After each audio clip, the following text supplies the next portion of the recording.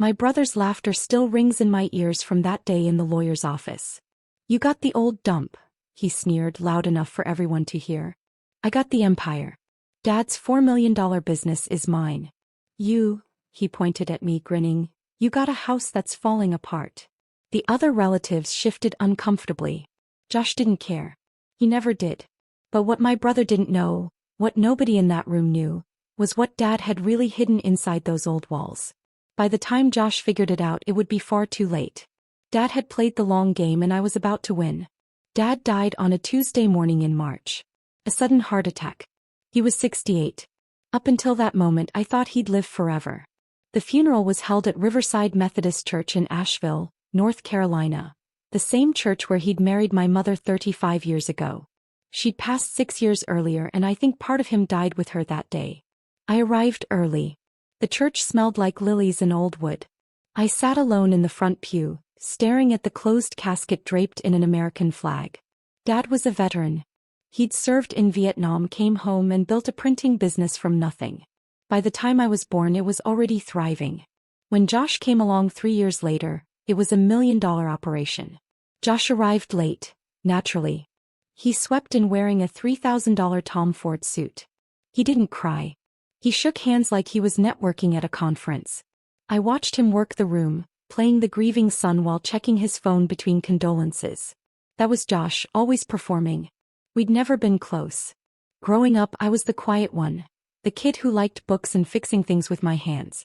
Josh was the star, captain of the football team, homecoming king, Dad's pride and joy. Every Sunday dinner, Dad would ask Josh about his sales numbers, his clients, his next big deal. Then he'd turn to me and say, "And how's the house coming along?" Like my life was just a side project. The will reading happened 3 days later at the office of Morrison & Associates, the estate attorneys Dad had used for decades. The mahogany conference table felt too big for just the four of us. Me, Josh, Mr. Harrison, the attorney, and Dad's accountant, Rita. Mr. Harrison cleared his throat and began reading. The language was formal, legal, cold. Then came the distribution of assets. "To my son Joshua, I leave my business, Campbell Printing Solutions, including all assets, client contracts and operations valued at approximately $4 million. Josh leaned back in his chair, grinning. He'd expected this. He deserved it, or so he thought. "To my son Daniel," Mr. Harrison continued, "I leave the family home at 17 Oak Street, Asheville, North Carolina." Silence. Then Josh laughed, actually laughed out loud. "The old house. That's it. That place is worth what, 200 grand, if he's lucky?" He looked at me with something between pity and contempt. "Guess we know who Dad's real son was, huh?" I didn't respond. I just sat there, feeling the familiar sting of being second place. Mr. Harrison looked uncomfortable. Rita wouldn't meet my eyes. I signed the papers in silence, shook the attorney's hand and walked out. Behind me I could hear Josh already on the phone bragging about his inheritance, his empire. That night I drove to the old house. I hadn't planned to, but I needed to be somewhere that still felt like Dad. The house sat at the end of a quiet street lined with oak trees he'd planted when I was 5. A modest 2-story craftsman with a wraparound porch, built in 1952. The paint was peeling. The shutters sagged. I could see why Josh called it a dump. But standing there in the driveway I remembered summer evenings on that porch. Dad teaching me how to use a level, how to read a tape measure, how to fix things instead of replacing them. I let myself in. The air inside was stale. Everything looked exactly as Dad had left it. His reading glasses on the side table, a half-finished crossword puzzle, the faint smell of his coffee still lingering. I walked through each room slowly, touching familiar things, remembering a childhood that felt both distant and immediate. Upstairs, his bedroom waited at the end of the hall. I stood in the doorway for a long time before entering. The bed was made, military corners just like always. I started going through his things, not really knowing what I was looking for. Clothes to donate. Papers to sort. Something to make sense of why he'd given me so little. That's when I found it. I was moving his dresser to vacuum behind it when I heard the sound. A hollow thump, different from the solid thud of furniture against drywall. I knocked once. Hollow. 2 feet to the left, solid. My pulse quickened. I examined the baseboards and found a section that looked slightly different. The paint newer. I pried it loose with a screwdriver from Dad's nightstand. Behind it was a small metal panel with a keypad, the kind you'd see on a safe. I stared at it for a long moment, then tried the only number that made sense. Mom's birthday. 072356. The panel clicked open. Inside was a fireproof safe, small enough to fit in the wall cavity. Inside the safe were three things. A sealed envelope with my name in Dad's handwriting.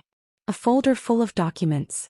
A small brass key with a tag that read, First National Bank, Box 217. My hands trembled as I opened the envelope. The letter was dated 2 months before he died, written on Dad's personal stationery. Daniel, if you're reading this, I'm gone, and you found what I needed you to find. I'm sorry for the confusion at the will reading. I'm sorry if Josh made you feel small. But I need you to understand something. This was never about money. This was about knowing my sons. He went on to explain that he'd watched us both our entire lives. He'd seen Josh's ambition, charisma, and business talent, but also his arrogance, his deafness to advice, his belief that success came from swagger rather than strategy. I'm giving Josh the business because he expects it, and I need to know if he can handle it without me, or if he was just riding on my reputation. Then he wrote about me. You were always different, Daniel. You never needed the spotlight. You learned by watching. You asked questions. You fixed things instead of throwing them away. You reminded me of myself at your age before the world made me harder. That's what my father's letter said. He explained that the house was only the visible part of my inheritance. The real gift was waiting in the safe deposit box at First National Bank downtown. I've been setting money aside for you since you were 10 years old. He wrote. Stocks, bonds, a trust fund. Everything I didn't want Josh to know about, because if he knew, he'd expect half. This is yours. You've earned it by being the son who never asked for anything. The letter ended simply. Make me proud. Love that. I sat on his bedroom floor and cried for the first time since he died. The next morning, I drove to First National Bank with the key and the documents from the folder. The manager, Mrs. Chin, led me to the vault. Box 217 was larger than I expected. Inside were folders organized by year, each one filled with stock certificates, bond statements, and account records. There were also USB drives with digital copies of everything. Mrs. Chin helped me inventory it all in a private room. When we finished, she looked at me with something like respect. Your father was a very wise man, she said. The total value of the inheritance in that box is $3.2 million. I called Mr. Harrison from the bank parking lot. Did you know about this? I asked. There was a pause. Your father told me about it 6 months ago, he admitted. He made me promise not to say anything until you found it yourself. He said if you didn't, then maybe Josh was right about you after all. But if you did find it, you'd prove you were the son he believed in. I sat in my car for an hour just processing everything. Dad hadn't forgotten me. He trusted me. 2 weeks after the funeral, Josh called. I was repainting the porch when my phone rang. Hey, little brother, he said, that familiar condescension in his voice. Just wanted to let you know I closed my first deal as CEO. $200,000 regional healthcare network. Not bad for week 1, right? Congratulations, I said flatly. Yeah, well, you know how it is. Some of us are built for this. Hey, how's the fixer-upper coming? You gonna flip it or just live in Dad's shadow forever? I didn't take the bait. I'm keeping it. He laughed. Your funeral, man. Listen, I've got to run, client dinner. You know how it is. Actually, you don't. Later. He hung up. I went back to painting. I didn't tell him about the money. I didn't tell anyone. Instead, I did what Dad had taught me. I watched. I listened. I learned. I followed Campbell Printing Solutions on LinkedIn. I checked the industry news. I asked around quietly among people who knew the business. Slowly a picture emerged. Josh was making mistakes, big ones. In his first month, he fired 3 senior employees who'd been with Dad for over 15 years. Called them dead weight. Those 3 took their client relationships straight to a competitor. In month 2, he invested heavily in new digital printing equipment, without doing market research. The machine sat unused. He'd misread the demand. By month 3, the company had lost 2 of its 5 largest clients. The calls started then. Hey Dan, quick question about Dad's old contacts. You remember the guy from the hospital network? I gave vague, unhelpful answers. Then the calls changed tone. Look, I could use some advice on the machinery. Dad never really explained his system. I don't know anything about that side, I said truthfully. Dad had never taught me the business side of things. 6 months in, Josh called at 11 at night. His voice was tight, panicked.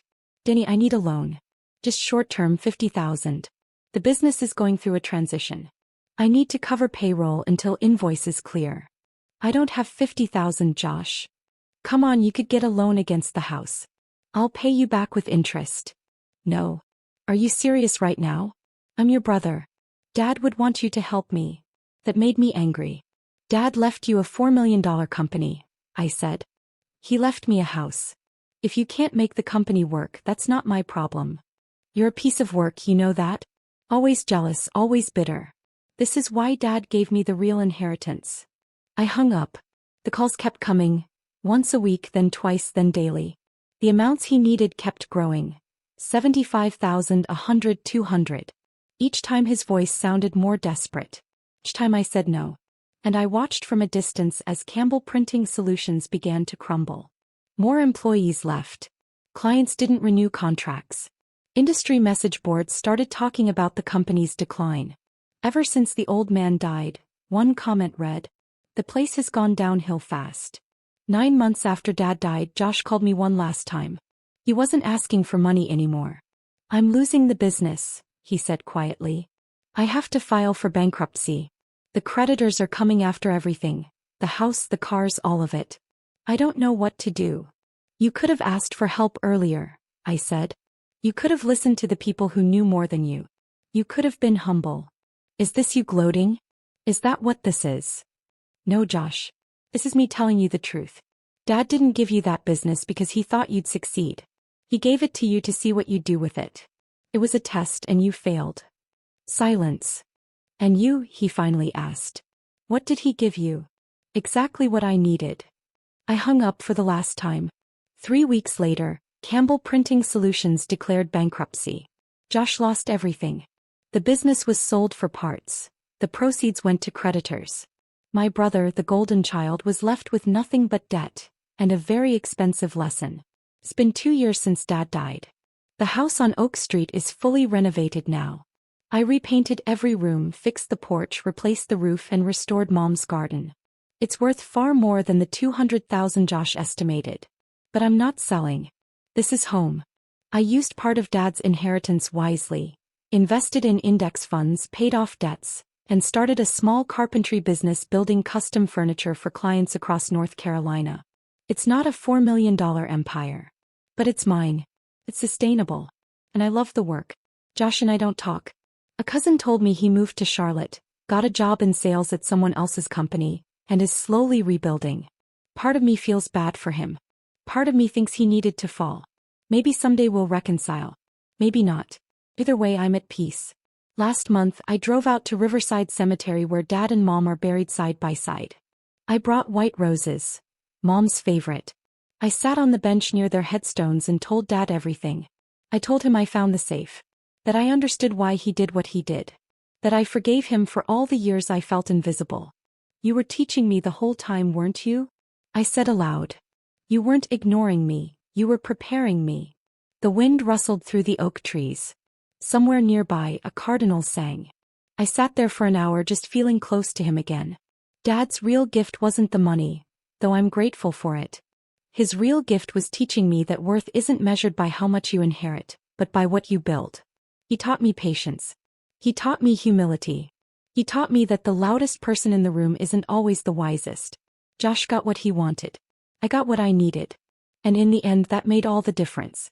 Dad knew his sons better than we knew ourselves. He gave each of us exactly what we deserved. Not in money but in lessons. And I finally understand. The greatest inheritance isn't what you receive. It's what you become.